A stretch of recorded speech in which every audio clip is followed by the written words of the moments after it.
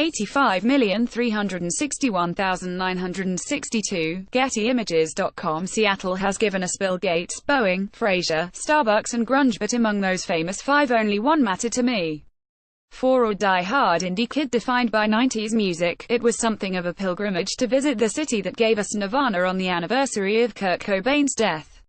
More than that, as someone who has consistently failed to rise from his bed with a jubilant, spring-heeled leap, and tends instead towards a tardy lollop accompanied by a browbeaten scowl, Cobain was bestowed with hero status in my eyes for being the patron saint of slackers.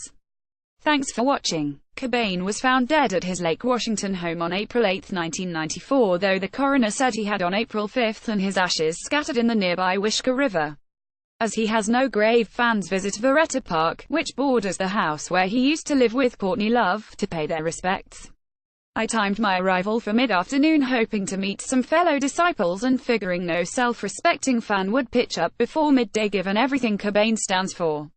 On the drive there I listened to Nirvana Unplugged in New York and was struck by the authenticity of his vocal. He delivered an incredibly powerful performance during that MTV set, which is generally regarded as the best Unplugged ever and was recorded a mere 6 months prior to his death. Thanks for watching. Thanks for watching. In the early 90s, Cobain's raw, tortured voice reached out to those who were alienated by the saccharine smiles of the pre-packaged pop acts that blotted out almost everything else in the charts.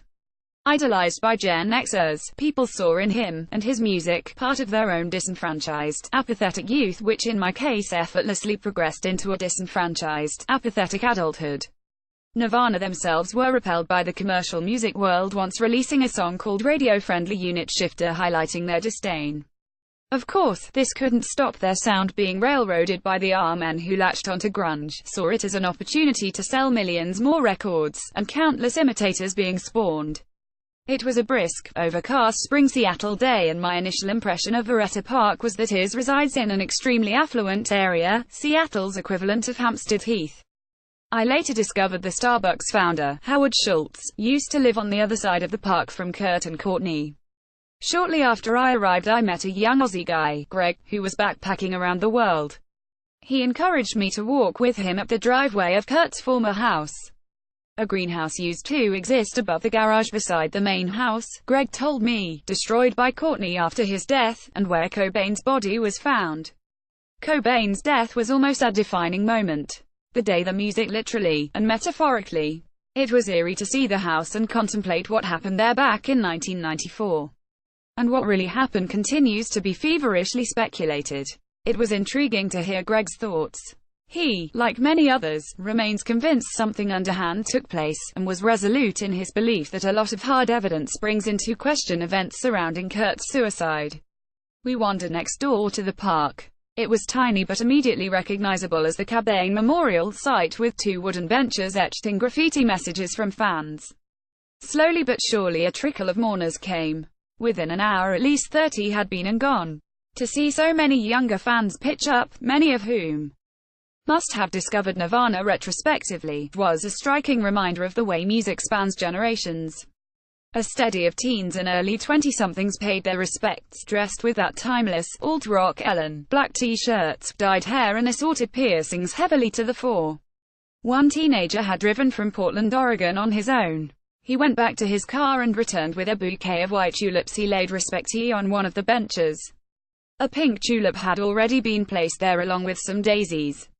I was intrigued to learn these people's stories.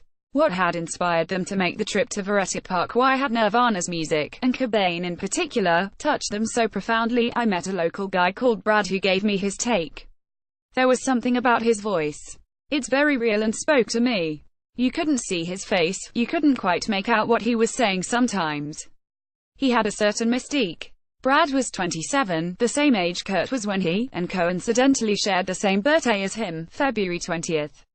His knowledge was encyclopedic. He had the inside track on the park, the house, the surrounds, the entire Cobain life story.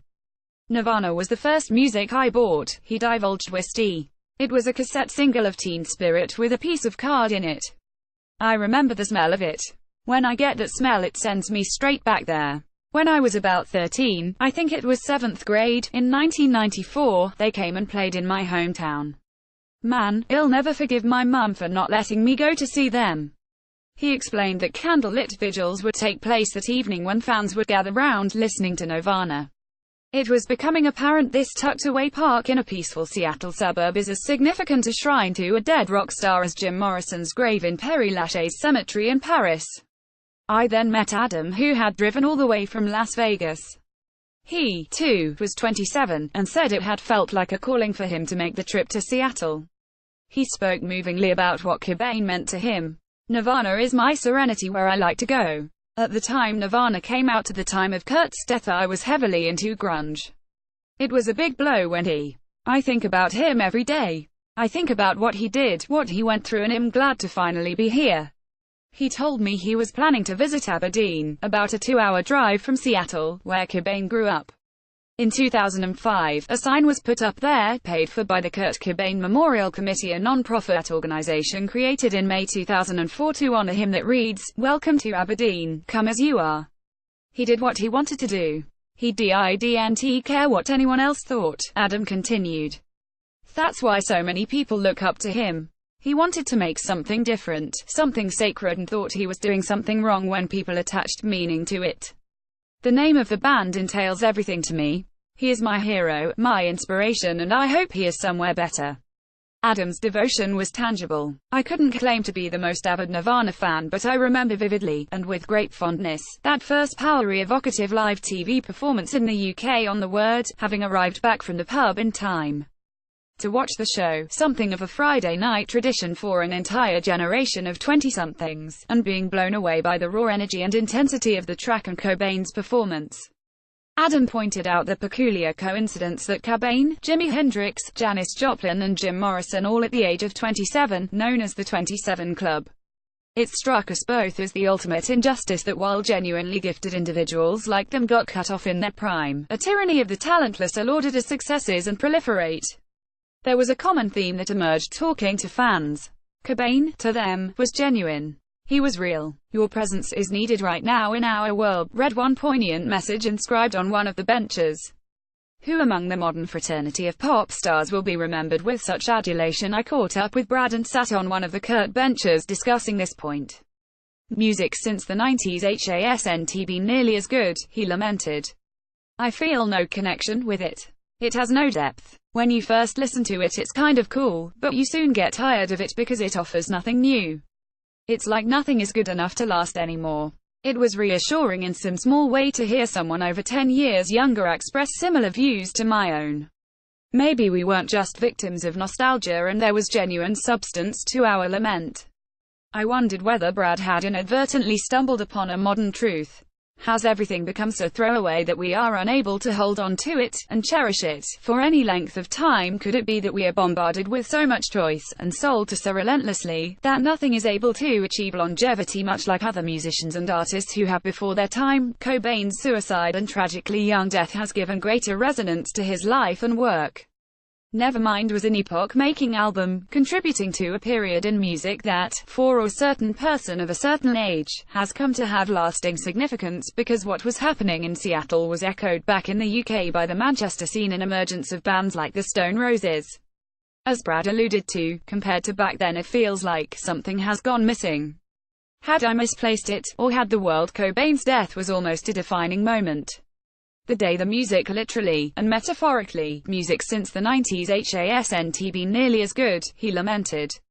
I feel no connection with it. It has no depth. When you first listen to it, it's kind of cool, but you soon get tired of it because it offers nothing new. It's like nothing is good enough to last anymore. I return to the car, still contemplating Cobain's legacy.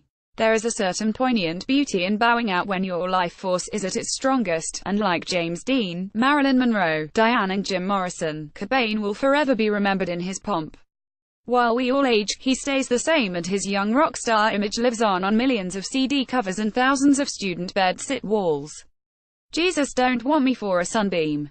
'Cause sunbeams are not made like me, Kurt sang as I drove slowly past, glancing across at the park one final time.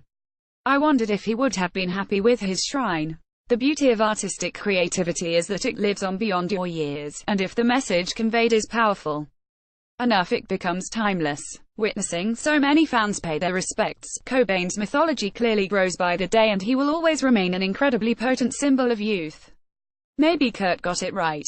At least he didn't have to confront the demons of middle age and live on helplessly as the egg timer of youth slowly emptied. He hit the nail on the head with what he wrote on his suicide note, quoting a Neil Young lyric from the song Hey, Hey, My, it's better to burn out than to fade away. As I drove away, I felt a pang of sadness as defining 20-something moments played out vividly in my mind's eye. Dancing on a packed nightclub floor which became a frenzied mosh pit when Smells Like Teen Spirit came on. Poe going up and down at the front of a Stone Roses concert chanting, I am the resurrection and I am the light. These were moments that made me feel so alive, the music that shaped my very disposition. The teen spirit Kurt articulated was still barreled deep inside me and always would be, perhaps indicative of Cobain's greatest legacy of all.